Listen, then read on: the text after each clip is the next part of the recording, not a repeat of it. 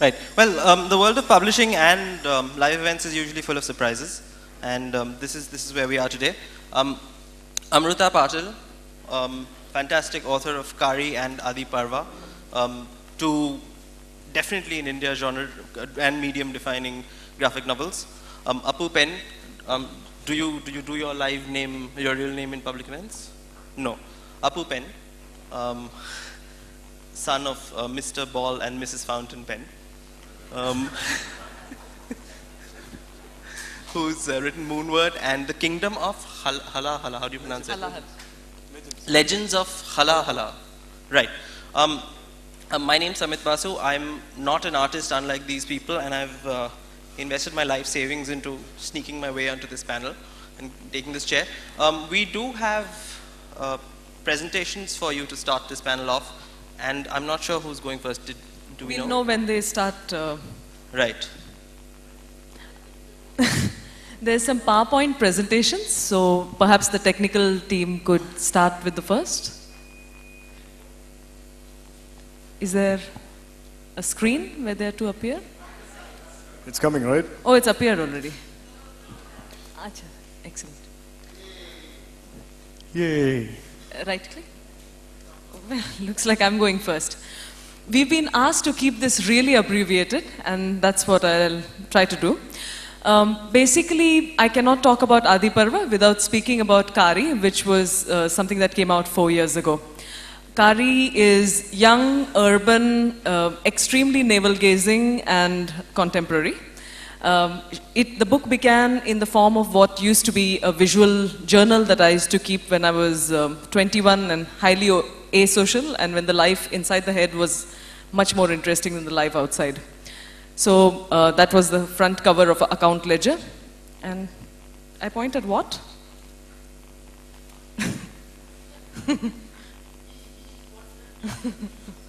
I'm sorry. Kahan point karo? Where should I? Sorry about it. Right click here. Arrow, it's not working. Okay. So again, this is from Kari. Black and white, young, completely illegible, whatever is going on, because I didn't really grow up reading comics, so the narrative flow was not something that came naturally. It's something that's I figured out by and by. Then it turned into a book. Since it was early in the day of publishings, we saw it through to press, actually spent nights at press, and the book came out. At some point, I had to make a decision about whether I wanted to continue writing the kind of stories that had found an audience with Kari. And I decided that that was not what I wanted to do, and that I wanted to use a term that I've been using way too frequently in the last 3 months, turn the inward gaze a bit outward and look at the world and at stories that belong to more than just the first person. I became interested in history and myth. I realized that myth was a really, really clever way to take human preoccupations and talk about them in a way that was timeless and playful and did not pick on people in a personal, angry fashion. So, right. So basically, mythology is something that needs to keep evolving with time. It needs to keep reflecting the preoccupations of people if it needs to remain useful and fresh and meaningful in a society. Else we end up with museum pieces, things that are sterile and apart from what they were meant to be. Impressive, but somewhat without any significance. So the way storytellers function over here is the way people doing columns function, which is you have a set of points which form the structure of your tale, and you are free to do endless permutation combinations around it. And it is a mark of your flair and your caliber and your understanding of people and your audience that makes you a good sutradhar or not. It is not prescriptive, it only suggests, and you need to make decisions based on your context. So I was working on the Mahabharata, just some sketchy stage kind of things. I was storyboarding on wallpaper, and these are little thumbnail sketches of the entire book that appeared in this form. As opposed to Kari, which is gray and white, I needed to not use a palette that was so restricted for Adi Parva. And it became clear that I needed to learn to paint, which is not something I had done before that. So collage, mixed media, crayon, what have you. I didn't want to stick to just highbrow artistic medium. So in-flight magazines, absolutely anything that I found lying around at the moment that I was working on that segment of the tale. Other images from Parva. One of the things that I learned while working on this story, another thing that I repeat like a cow because I tend to do that, repeat things. So it could not have been a cold kind of a project, and I needed it to sort of be internalized in order for it to be effective as a book. And one small example for that is one of the first sketches of Garud that I did was the image that you see to the left, and I was quite happy with it back then. Then somebody who is, a little ahead of me in, the game when it comes to evolving as a human being told me it just looks like a bird version of Kari. It's intense and frowning browed and not quite Garud. And the Garud at Patan Palace, Nepal should give you a sense of what makes a Garud, which is a solar raptor who bows down to say thank you when he's born instead of flexing his pectorals. More images from Parva. And I will end with this. One of the central motives of Adi Parva is the churning of the ocean. And while it can be read on surface, surreal dreamscape kind of level, it's also very much something that needs to be read on a second level, and that's pretty much the way the entire book needs to be read. Things that are being told in the form of metaphors are very much playing out on the inside of you as a person. So it's not stories about them and asuras there and those are the devas and in some godly realm in the clouds. It's really your deva instinct, your asuric instinct, and so on and so forth. And that's the end of my presentation. And we'll speak more if you have questions later on. Thank you so much.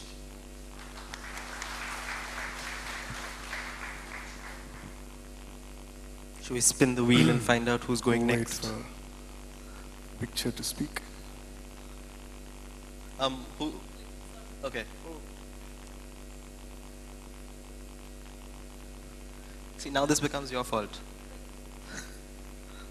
That's... Okay, it's my turn. This is a silent story, absolutely no words in it. And I'm going to give this to Samit, who will also be reading the story. So as he finishes each page, he's going to click, and I hope everyone keeps up with him. Mostly it's simple. You said it's a silent story. All right.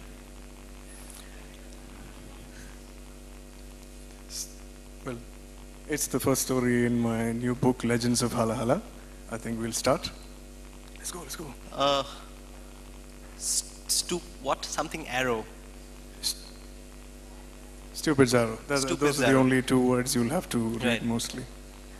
I'll get better. You can go. Leslie, go. Come on. Read.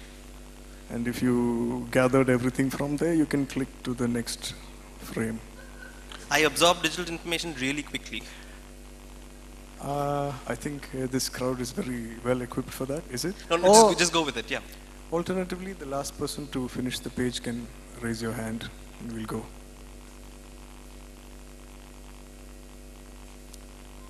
There's some dinner scene happening and all. Well, you want me to say things like that? Okay.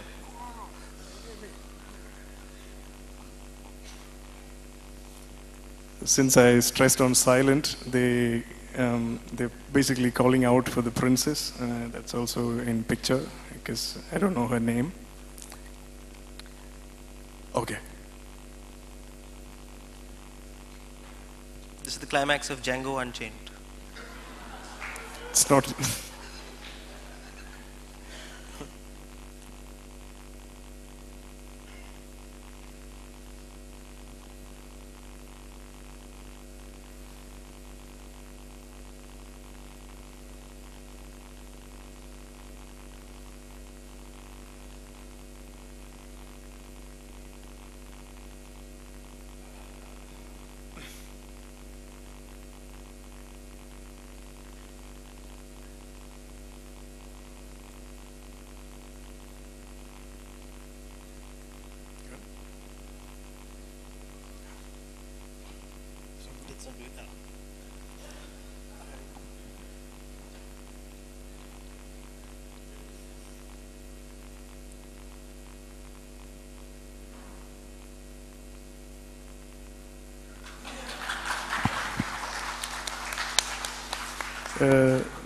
that's the middle of the story.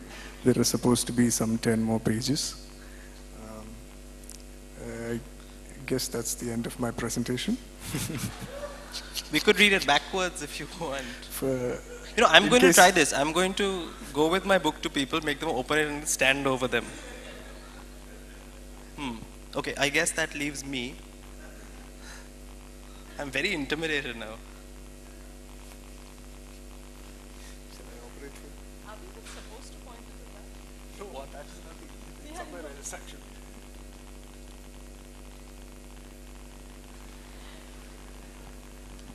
Well, as a representation of my digital capacities, this is fairly accurate, what's happening right now. So while Amruta applies her mighty artist fingers to that thing and hopefully brings it into life, let me just tell you why I'm here and how I got into this madness in the first place. About 6 or 7 years ago, there was, I'd written 3 books at this point, and I was about to write more when she's given up.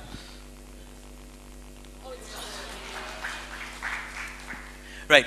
So these nice people, there was an editor in America, there were artists in Bangalore, and they said, you can write things and we will make them beautiful with art, and you will learn this new way of telling stories, and do you want to do it? And of course I said yes, because thanks to the advent of things like modern technology, with the exception of this, writers can do new things now, things they couldn't do before. And while I'd by this time become, I'd come to terms with my complete lack of any other skills, suddenly I found that I could tell stories visually, and it was wonderful. And this image, for example, is from the first comic I did, which was this thing called Devi, which was published by Virgin Comics. It was essentially an exercise in putting extremely muscular and attractive and fairly interestingly clad men and women in different action poses, and they came to me with and gave me the challenge of telling a story with it, and it was great fun. And when you're writing about this young lady here is a god of this world, and she's dead, and the text is too small for you to read, but it's all very good.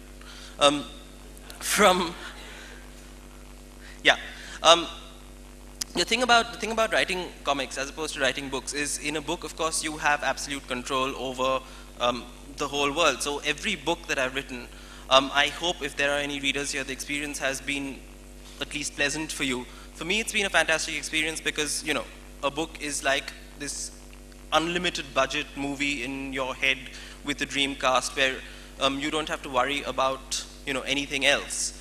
You stand off all by your own work and you write it, and if your publishers like it as well, it comes out. Now, with comics, one of the reasons that I got supremely excited by the idea of doing this was that you collaborated with people who, of course, were really good at creating art, and the final result of this was not like illustrated text or images with captions, but some kind of incredible cocktail of the two that was actually better than each of its elements combined.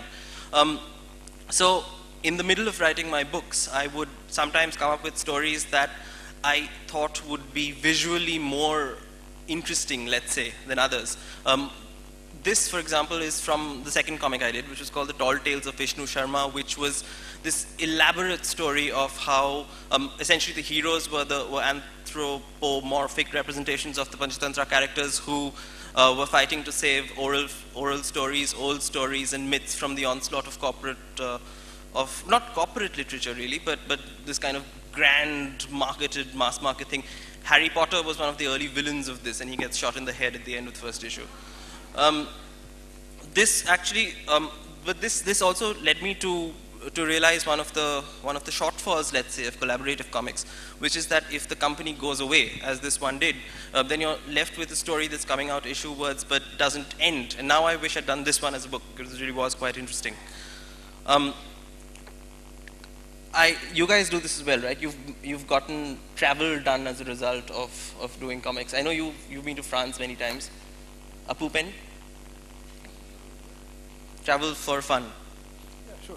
Yeah. Most of the stories. This one was a project I did with the Swiss Arts Council, where it was a story of a detective who was sent on the trail of a sort of rising Indian businessman who had disappeared in Switzerland, and he went and found out that he'd fallen in love with the folklore creature and had disappeared.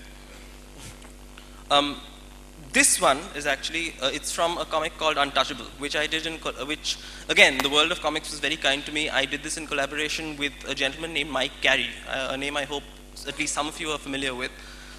He's written a whole bunch of wonderful crime novels, and he was the writer on the X-Men until very recently, and written this wonderful series called Lucifer. So in literary terms, let's say, this would be like someone gives you a call one day and tells you, would you like to co-write something with, I don't know, Julian Barnes?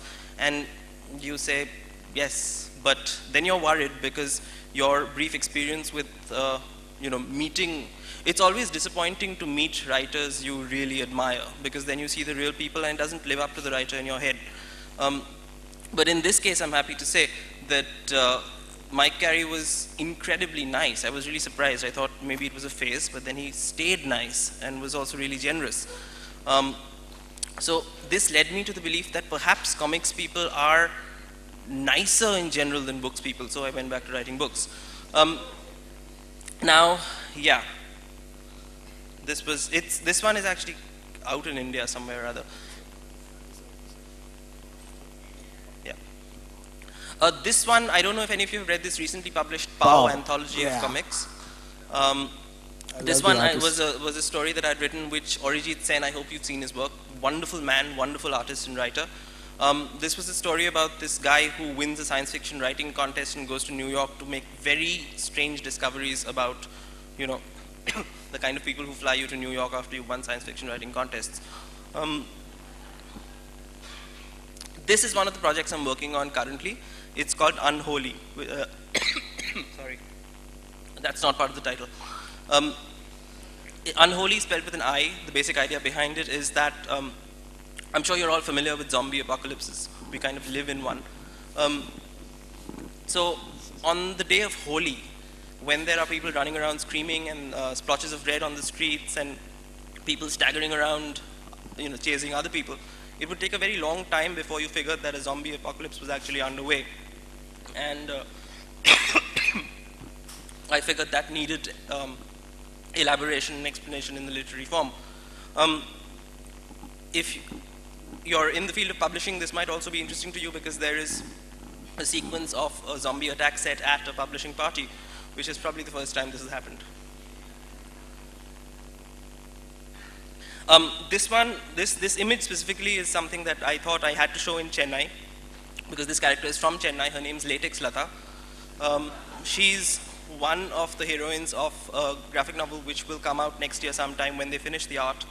It's essentially, figure Delhi, for instance, is quite a hostile city. In a way, you could say it was full of monsters. I collaborated with another really well-known graphic novelist, Sarnath Banerjee, on this public art project once, where we came up with a new bestiary for urban India. We started to do that. For example, a landlady who was actually a hydra because she had 9 heads, and they were all examining every aspect of the tenant's life. So that project kind of stopped because Sarnath went off to represent India in the Olympics. But took that idea forward, and so this is Local Monsters, which is what this is called, is coming out next year from West End, and it's the story of, let's say you take a sitcom like Friends, but all the characters are actually monsters. So Latex Lata is a southern siren, except she's literally a siren, kills men when she screams, which in Delhi is a very useful trait to have. So yeah, that's my comics career, thanks.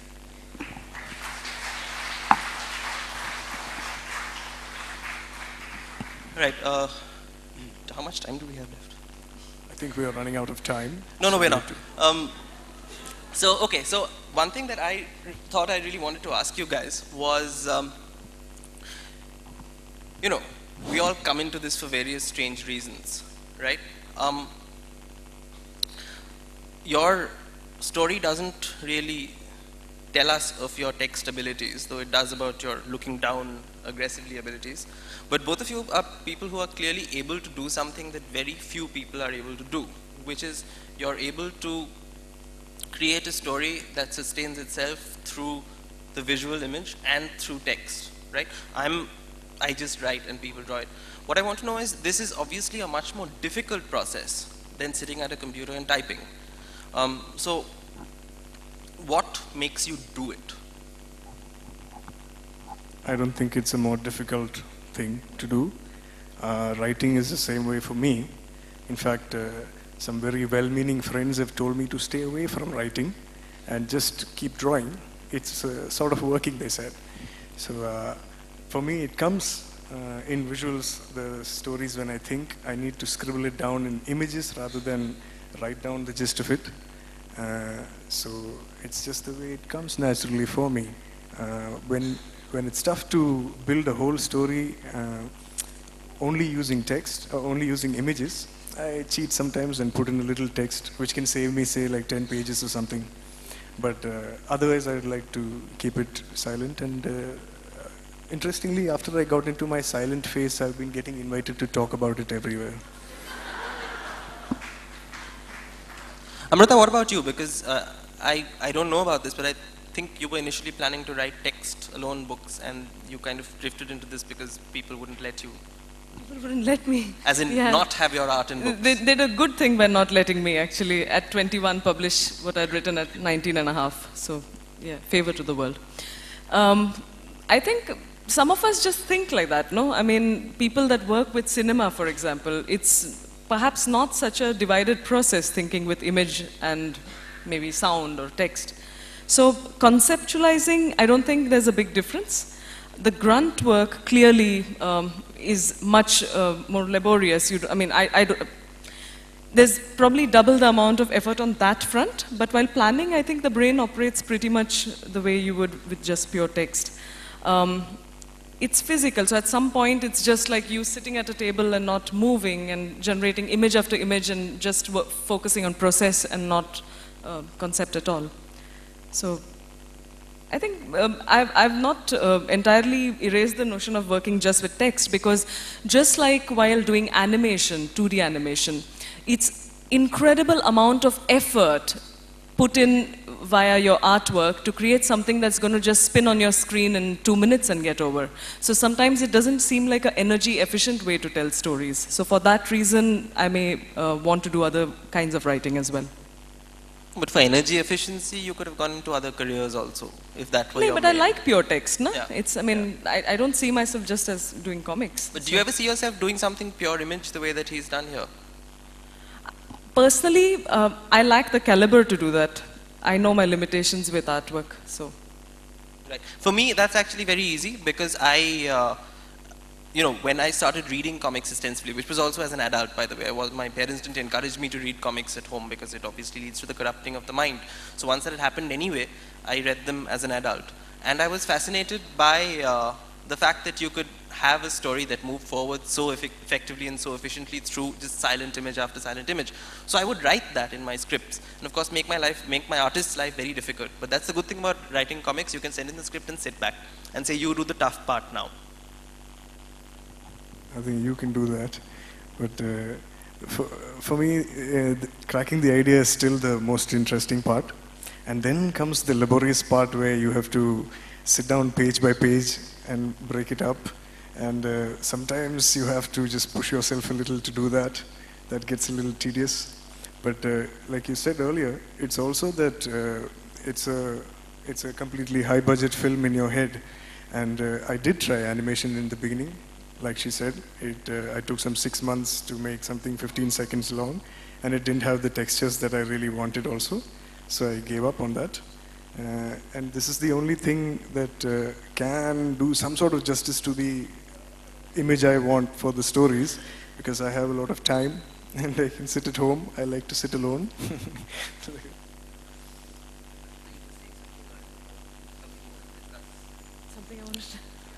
I heard a rumor from a friend that you were planning to maybe not do graphic novels after the current series. Is it a rumor or is it just...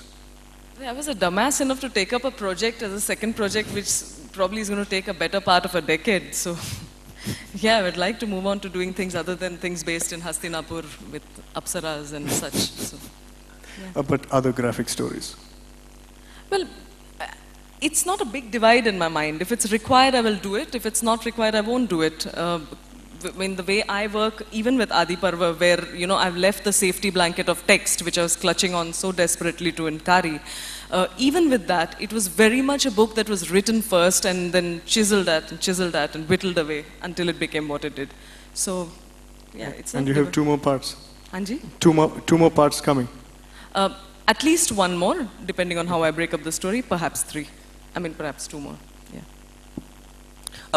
I think something we could do is that we'll continue to talk to each other as we have been doing before, Let's and we'll open for probably do after. questions, no? But yeah, in case there are any questions coming in, we'd like to take them because, you know, we could sit and chat indefinitely, but there is a question there, yeah. Hi.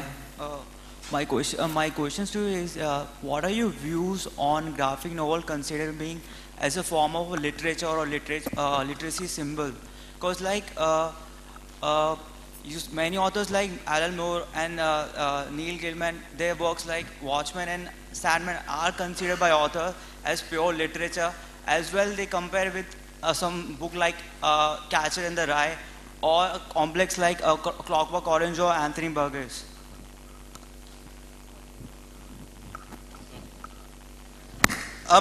As in, what are my views or our views on whether graphic novels are literature or not? I think if, I don't know if I'm speaking for everyone here, but A, yes, B, who cares? You know, because obviously, I mean, the specific books you talked about, Watchmen and the Sandman series alone, and they've written other things which are also marvelous, and they've had many wonderful artists collaborating with them in all of these. I think these stand up with, if I had to pick a top 10 world literature, history of time, all languages, things, these two would definitely be there. See, time is something that no one has enough of, and we live in a day and age where if you can find any reason, any excuse to not read anything, you won't. Right? Because you'd like to lie down for a bit and maybe have some lemonade. So, if you can say that, okay, these are not literature, I won't touch them, that's convenient for you, not you specifically, but for whoever says that, and congratulations. But it's not even a question that matters anymore, because, you know, most of the things that do meet every stringent criteria of what literature is are dying a slow death unsupported by the same people who are busy defining these things. I think the Hindu people think so too. Also, I think if it's an extraordinary story, then how does it matter how it's told? And if you're going to dismiss me because my book has pictures in it, then what am I to do about it? But, I mean, if it's a well-told story, then I think perhaps it's well worth giving it a shot to see if it does the same things to you that other stories do. Well, I have a question. You said once you meet the writer, you're disappointed. Why did you say that? Well, I didn't hear that. No, he was making a statement that, you know, you read what the writers and what the writers produce. But once you go to meet the writer, why is that they're disappointed after meeting the writer? Is it that the writer Why doesn't is give up? meeting writers disappointing? No, you said after meeting the writer, Right. the reader is disappointed. Right. Why is it so? See, I know that my readers are always disappointed after meeting me. Because So- after reading my book, they expect me to be both interesting and attractive, and I am neither. So I was generalizing too much when I said that, because of course I've met wonderful writers who sometimes have been much better than their work, which is another story. But by and large, I find that it's not just writers. Any person you really admire, especially when you're young, if you actually get to meet them, and you know, everyone has flaws, and in your head they don't. So it's often disappointing. That's all I meant. Meet some Bollywood actors and you'll see. I wanted to ask about audience age. I think like Amrita and George both are, well, Amrita is sort of aiming for an adult audience mostly, and maybe George's intended audience is a little bit younger, and I know Samantha's done a lot of young adult work, but not so much for little kids. I've been thinking for a long time that the landscape of sort of kids comics is looking very empty. I mean, there's a lot of Chota Bheem and really kind of bad stuff out there. What's the future of kids comics, kids graphic novels? What can we do about improving that content? I have strong views on this, if you guys would. You'd like to finish it off, right? Amrita, do you? I was usually reading completely age inappropriate things, so I mean, I don't know. What do the children read? They probably... Well, see, I think A, you're perfectly right. I think kids comics in India are particularly sad at this point. It's the same problem as with animation for kids and with stories for kids, is the people who are in charge of financing, nothing else. the stories that will come out are playing it completely safe and only want work that has already worked before. Which is why you have, 3,800 different editions of the same Ramayana, not even, say, looking at the epics in a new way, as Amrita does with her work. And of course, it's not really for kids, right? But no, I'm saying adding nothing to something that's already sold before and treating it like soap. If you look at the quality of Indian animation, it's fairly tragic across the board. Comics, especially comics that are distributed widely, are expensive things to produce. And that is the key problem. The moment you have a financier who's willing to take the risk, you'll find that the quality will get better because the artists and writers and artist, writer, creators, they're there. And they're bursting with enthusiasm to do this work.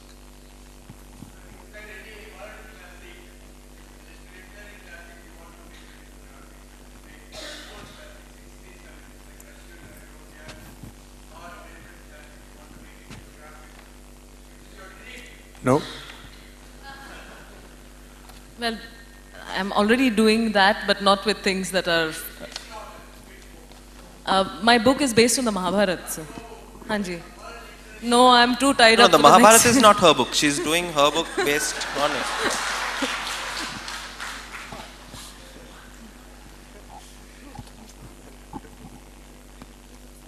No, but to be fair, that's already being done. There are lots of people already doing that. Shakespeare, there's...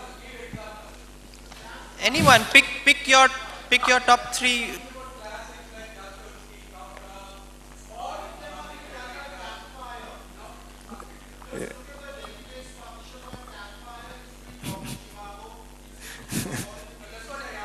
Yeah, everything. Like, name your favorite 3 authors, it's being done. It's down to the autobiography of Steve Jobs now, so it's fairly up to date. My suggestion is we can conduct some workshop for the children because they are highly imaginative. Unfortunately, we are not untapping their potentiality. Each child has his own world.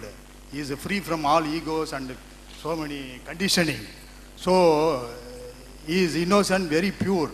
And unfortunately, we are not giving them, the children, chances to come up with some imaginative stories and then put it in some pictorial form. I think the people like you can work with the children, pick up the children, conduct some workshop, and then make comics for them. Comics for them. It should come from them, not from the adults. It may not work, but you can work with for the adults.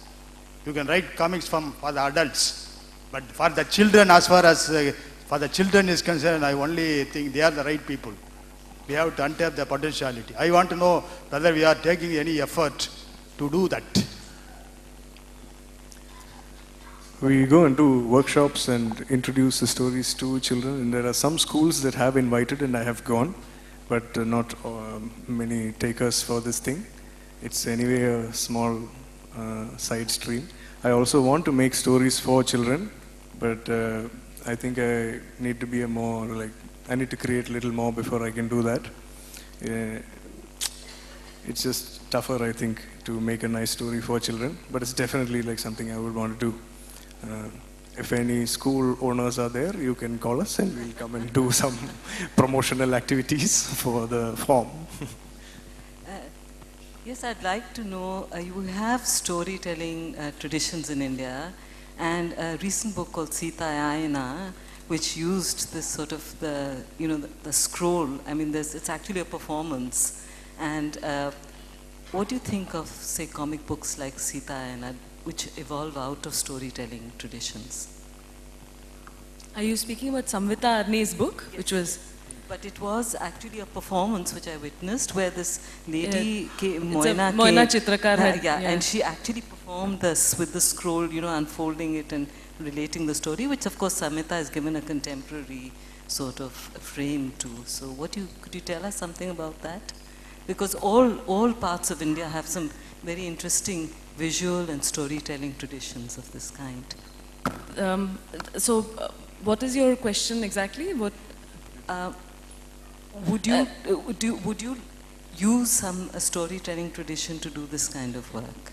Well, see, in this, I keep coming back to my own work because quite honestly, that's what I know best, and that's what I prefer to use as a point of reference. With regard to what you're talking about, my book very much uses the tradition of sutradhars as they used to be, where they used to gather surrounding, get some people around them and speak and tell stories through the night sometimes.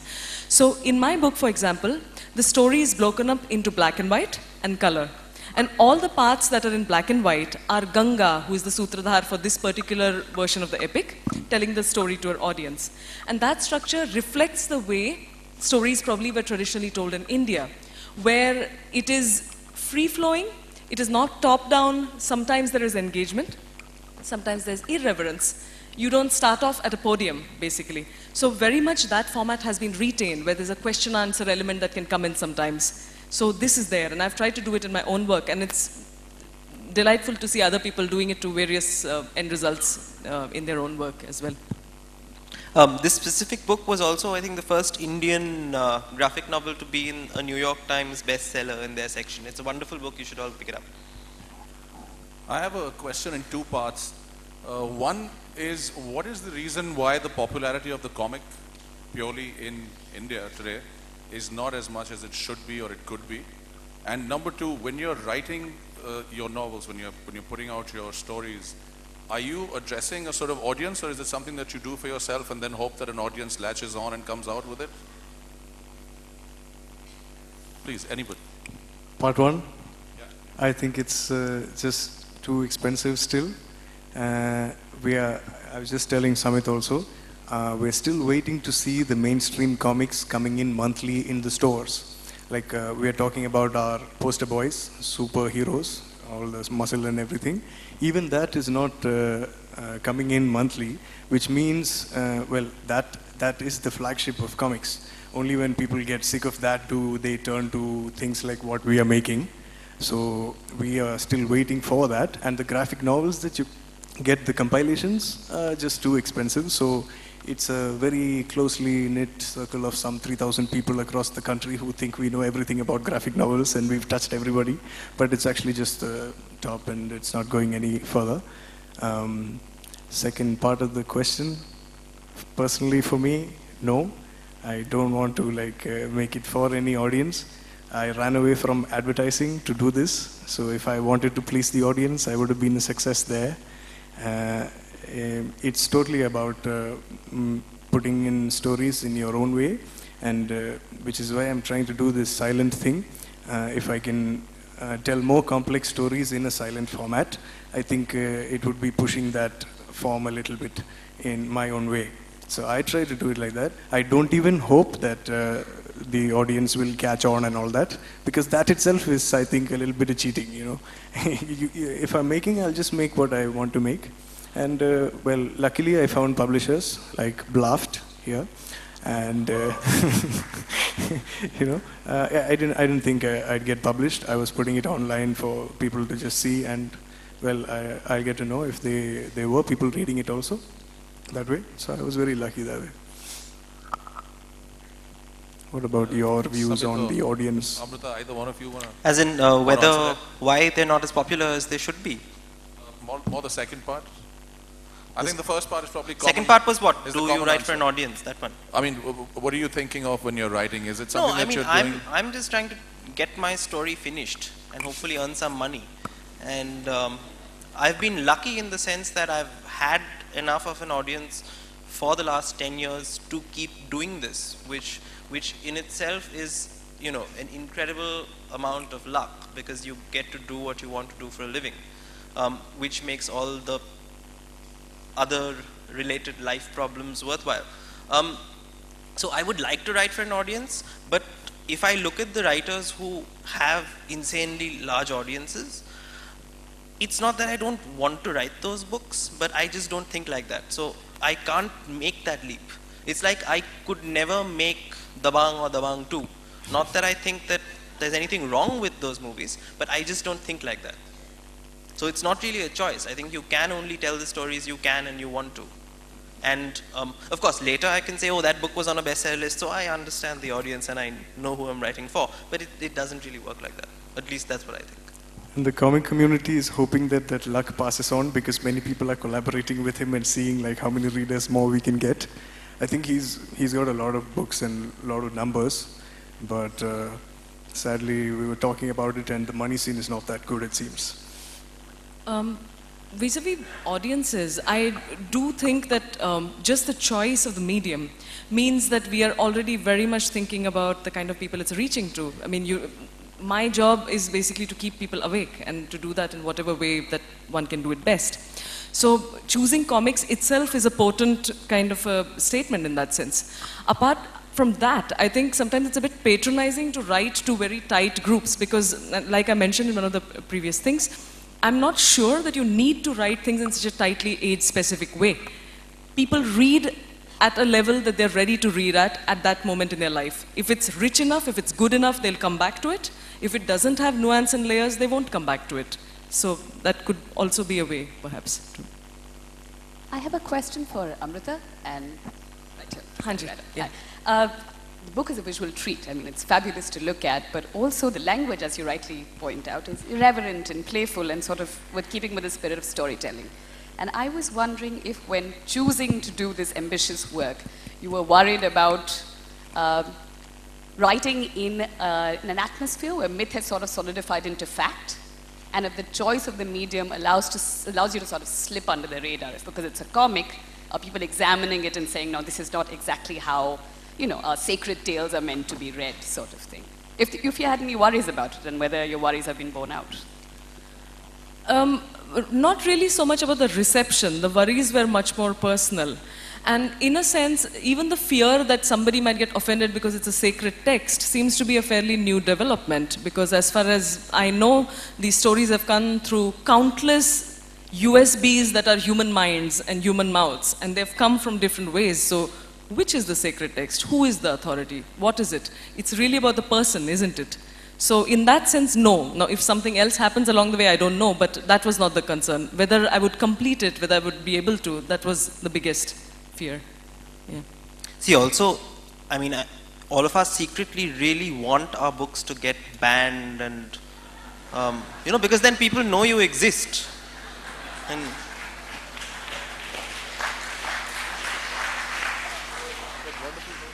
yeah, I think we have time for one more question maybe, and then we'll have to wrap up. Question.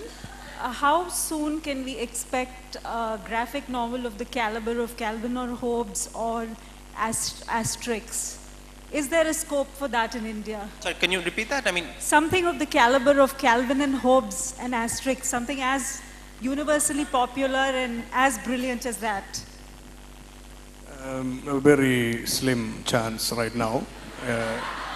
It totally doesn't seem possible at all from where I stand right now. Yeah.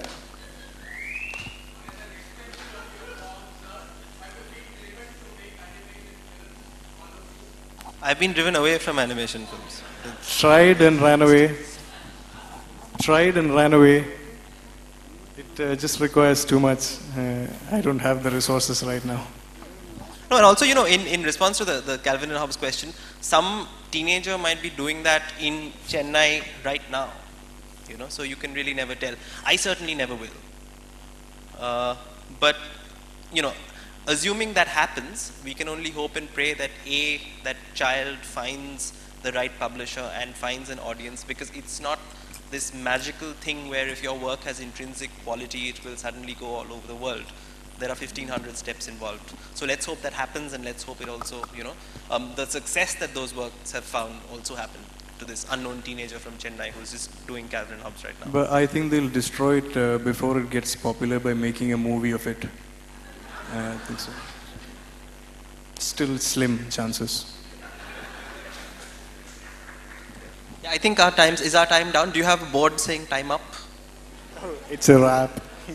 Okay. It's a wrap. Okay, thank you all.